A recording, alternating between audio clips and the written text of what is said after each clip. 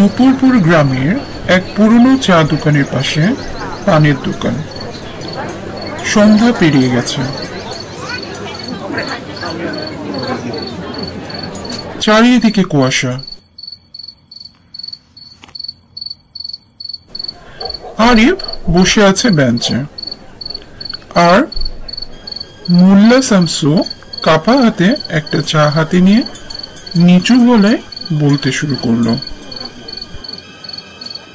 শোনো পুলারা, তোমরা শহর থেকে আইছো, কিন্তু এই নুপুরপুরের পাহাড়, এই বাতাস, এগুলো হলো সাক্ষী কত কিছু যে দেখছে।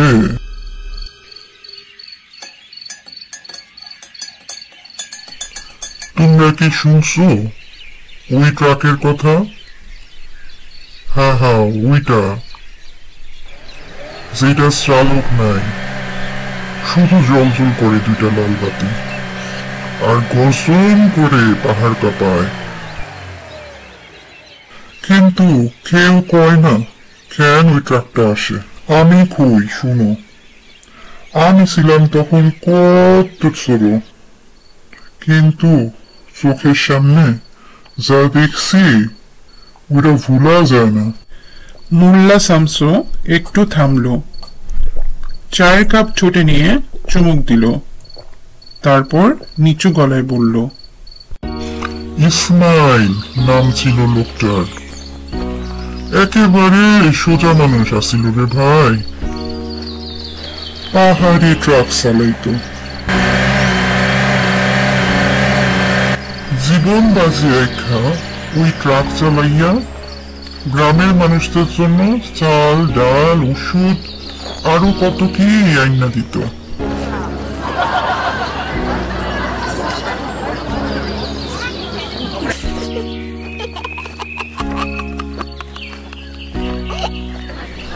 কিন্তু জমিদার খালেক চৌধুরী তারে সহ্যই করতে পারত না।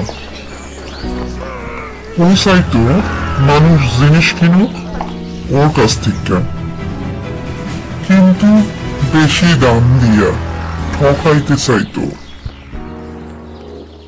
কিন্তু ইসমাইল সে সরাসরি লোক দিয়া মালামাল আইনা দিত সস্তায়, মানুষের উপকার করত।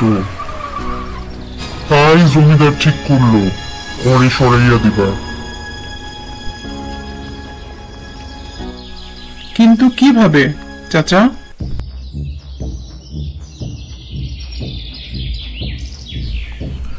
একদিন জমিদার ওরে ডাইকা কইল, ইসমাইল পাহাড়ের রাস্তা দিয়া এক ব্যাগ চাল পৌঁছাই দিতে হইব খুব তাড়াতাড়ি। ইসমাইল প্রথমে রাজি হইল না, জানতো ওই রাস্তায় ধস হয়েছে, কিন্তু জমিদার তারে হুমকি দিছে, চাকরি খুইয়া দিব, পুলিশের ভয়ও দেখাইতো।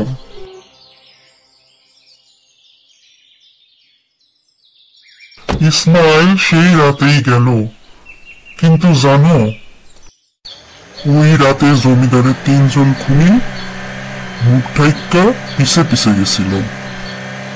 একজন আগে গিয়া ও ট্রাকের ব্রেক কাটতে দিছে, আরেকজন রাস্তার মাঝে গিয়া গাছ ফালায় রাখছে।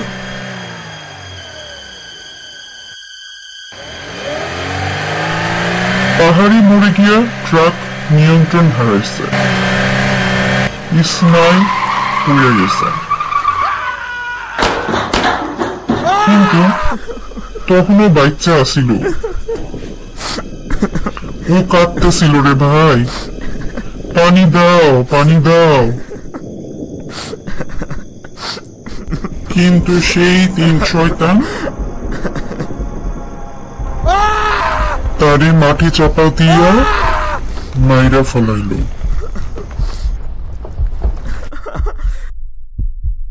আর সকালে কি হলো জানো? দুর্ঘটনা, পাহাড়ি রাস্তায় দুর্ঘটনা। কিন্তু তারপর থেকেই তো শুরু। প্রথমে একটা লোহার ট্রাকের আওয়াজ শোনা গেল ওই ঝর্ণার দিক থেকে।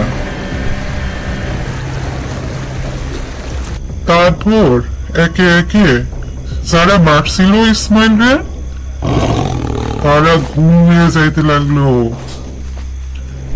কেউ কইল ট্রাকের ধাওয়ায় কইরা নিয়ে গেছে।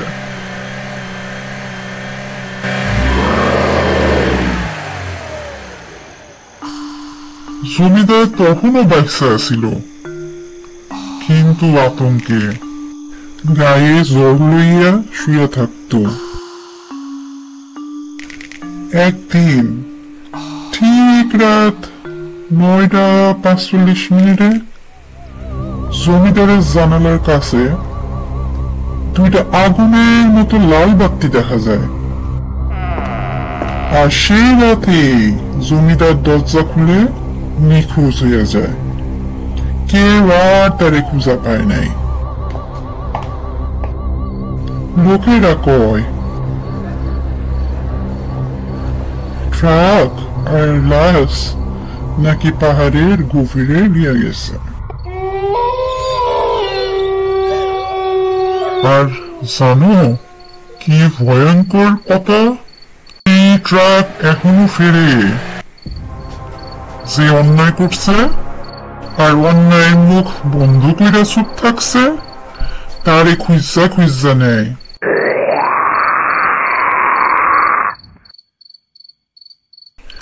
আপনারা যতদিন চুপ ছিলেন তার শাস্তি হয়েছে।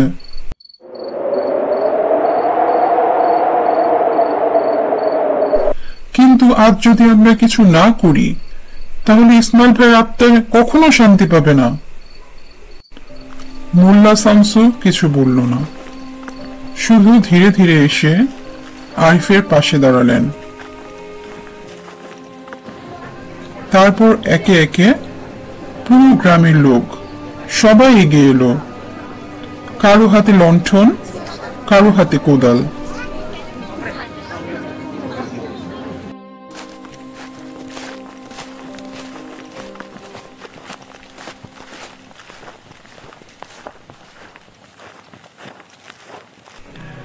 আরিফ একটু থেমে যায়, যেন সেই রাতের দৃশ্যটা আবার চোখের সামনে ভেসে উঠল। তারা সবাই মিলে গেল ওই খাদে যেখানে ট্রাকটা একদিন পড়ে গিয়েছিল। কাদা, মাটি, পাথর আর ঝোপঝাড় সরিয়ে অনেক খোঁজাখুঁজির পর তারা পেয়ে যায় তাকে, ইসমাইল ভাইকে। হাড্ডি মাংসের চিহ্ন খুব কম ছিল, কিন্তু একটা জিনিস তখনও তার হাতে ধরা ছিল, ট্রাকের সেই চাবিটা, যে চাবি দিয়ে সে বহুবার গরিবদের ঘরে খাবার পৌঁছে দিয়েছিল। আরিফের কণ্ঠ ভারী হয়ে আসে, তবু সে থামে না। তারা সবাই মিলে তাকে তুলে নিয়ে এলো, গোসল করালো, সাদা কাপড়ে জড়ালো। আরিফ নিজে দাঁড়িয়ে জানাজার নামাজ পড়ালো। আর সেই রাতে তারা তাকে কবর দিল। মনে হচ্ছিল পাহাড়ের বুক থেকেও যেন একটা দীর্ঘশ্বাস বেরিয়ে এলো, একটা বোঝা যেন বহু বছর পরে গেল।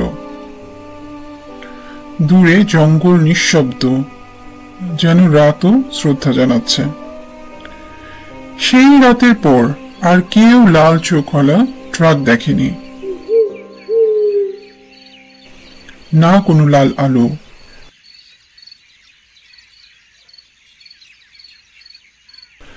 না ইঞ্জিনের গর্জন।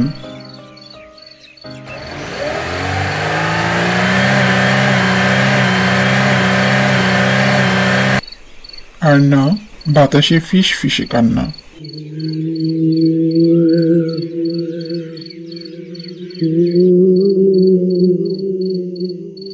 শুধু শান্তি।